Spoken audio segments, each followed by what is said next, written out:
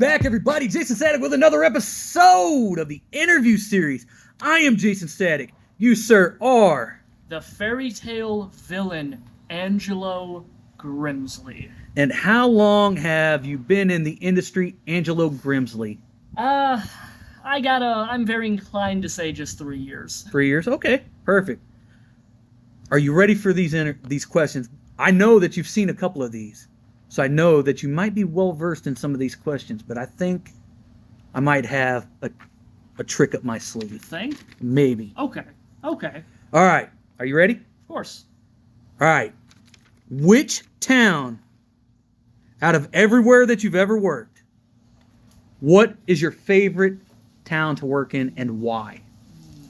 That's a hard one, because after working in several Illinois towns, several Missouri towns, I think that I'd have to say Farmington, Missouri. Okay. It's just far enough away to... That's down by my neck of the woods. Yeah. It's just far enough to where there's not a lot going on.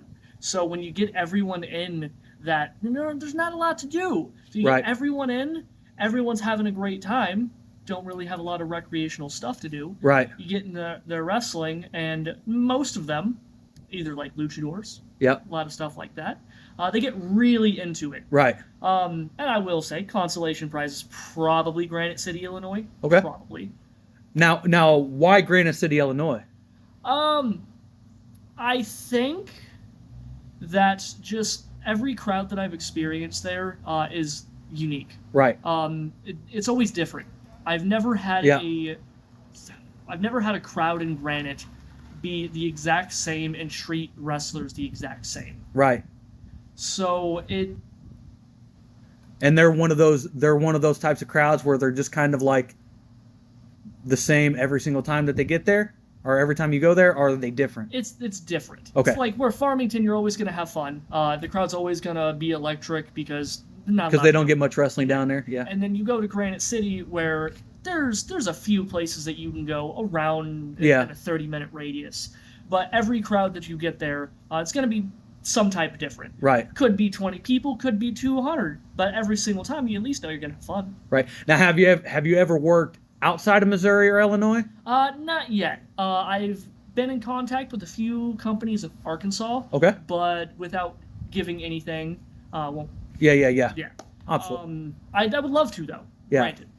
I mean, you're 3 years in. You still got a hell of a long time. I would hope so. You're probably, I think you're a young guy still, right? 25, yeah. Oh yeah, fuck, man, you're still young. You still got a lot of fucking time to work, man. Hope so. Hopefully, But man, I appreciate that first question. Thank you, man. The fairy tale villain, Angelo Grimsley. Second question. Are you ready? Of course. All right. Who is your go-to wrestler who is retired and or has passed away, and why? Oh, good Lord. This is not going to turn out the way that I wanted, mainly because I could kind of get in trouble for it. Let's see if we can work it. We're working on the fly here, baby. It's a wrestler who got canceled during the Me Too movement in 2020, or during the COVID era. Yep. His name's Jimmy Havoc. Yep. Admittedly, I understand he's not a great guy. He got me into wrestling back in 2012 when I stopped watching WWE. Right. I initially was super into the deathmatch scene and all of the British wrestling. Right. Fell in love with it. And when he retired in 2021-ish, I believe so, after doing everything. Yeah. Which, by the way, don't condone. Right. Still, absolutely. I still go back very often and look at his matches, how he wrestles, because you don't have to be just the deathmatch guy. Right. You can do hardcore and still be good at technical wrestling, and everything of that nature. Right. And I was hoping something like this wouldn't come up, mainly because obviously the nature or the gravity of his situation. Right. But it's certainly, now that he's retired, I use the Acid Rainmaker. I use his finish because of him. Yeah. I got my initial look from wrestling from him. Right. It's if it wasn't him, it'd have to be. Good Lord, who else is retired that I watch nowadays?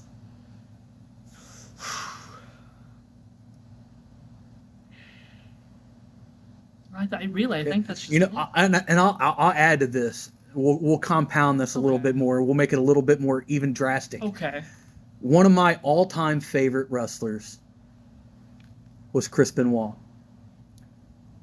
Absolutely disgusted by what he did, but that does not take away from the fact that he was one of the best fucking wrestlers to ever lace up his fucking boots. You're not wrong. And I can, as bad as this might sound, I can separate that disgusting thing that he did. Same thing with you with Jimmy Havoc. I can separate that and be like, okay, as a wrestler, he was a brilliant fucking wrestler. But as a human being, he might be a shitty human being. And I'm one of those people, like, I can, like, there's actors, movie stars, famous people in the business, like, that guy's a brilliant actor, but he's an asshole of a person. Yeah. You know, like, and you got to think, like, in this business has been, it's had its ups and downs, its ebbs and flows of crazy and wild and disgusting people. But that doesn't take away from the fact that some of these guys were absolutely brilliant, and they actually do have a lot to be able to teach us. Yeah, you're not wrong. And you don't have to like the people as a person. And hell, you don't even have to like them as a wrestler. But like, hey, that motherfucker taught me a lot. My intensity that I had in wrestling came from Benoit. You know, the intensity that I had, that I used whenever I was a worker, that's where I mimicked his intensity. I don't think you could have went wrong with that. Yeah. Because granted, I genuinely think Paul Heyman said it best. Terrible human being. Monster of a human being. Yeah. Top 5 worker in absolutely ever. And that's I think as you know, and I'm the type of guy that I like to talk about the positive sides of wrestling. And sometimes we can inherently have a negative question, as this one could potentially have been, and it kind of potentially was.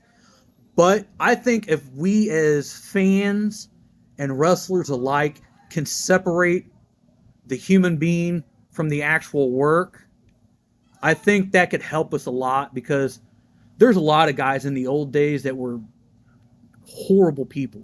Yeah. But there's so much knowledge that you can still gain from even a horrible person. Yeah. And that's the weird way, that's the weird dichotomy of what professional wrestling is sometimes, you know? It's a weird industry to be in, as you know. And sometimes we interact with bad people. Yeah. And sometimes they can actually teach us. And hell, they can teach us how not to be as people. You're not wrong there. Because granted, there's been a lot of people that I've met in my very short existence in this in this career path, and some of them haven't been great, but a lot of them have also been really good. Yeah, and I think that's where we can actually leave this episode, is because no matter if a person's good or bad, you're always going to have that, whether it's in wrestling or in life. Sometimes there's going to be bad people, sometimes there's going to be good people. We got to do our best to try to get some of those bad people out that actually taint and hurt the business, and try to uplift the people who are actually trying to make positive inroads in the business. But do you have anything to promote? Merch sites, websites, social medias, upcoming shows? Well, I guess for the upcoming shows, I do have a show September 7th in Granite City, Illinois. Ooh, okay.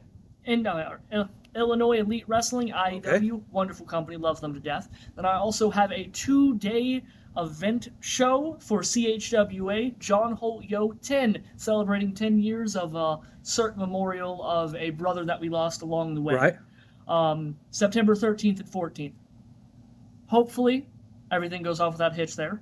Yeah. But now, social medias, I only use one actively. Angelo Grimsley on Facebook, also technically Instagram, same thing. Right. Twitter, don't use it that often, but I'm banned on there, so. I believe I was a bad guy at one point. I believe my Twitter is Angelo Grimsley as well. Could be wrong. And we'll make sure we have all that stuff down in the comment section below, down in the description below. Everybody, we're going to end this episode just like we always do. Jaysin Static across all social media. Facebook, YouTube, Instagram. Fight Club Wrestling Academy, Facebook, YouTube. We're on YouTube right now. Check us out. Answer these questions that we answered below. I want to hear your guys' opinion on the conversation that me and Angelo just had about the good and the bad of wrestling. And I want to know if you're going to John Holt Yo. You got to support John Holt Yo. And you got to support IEW on the 7th as well. But the most important thing that you've got to support is weare138co.com. That's my website where you can get the Jaysin Static merch, you can get the Fight Club merch, and you can also get the super secret that only a couple of people know. Actually, 104 people know because there's only 104 subscribers on this channel. 138 Streetwear. That's the streetwear brand. And it's wrestling related. Go check it out.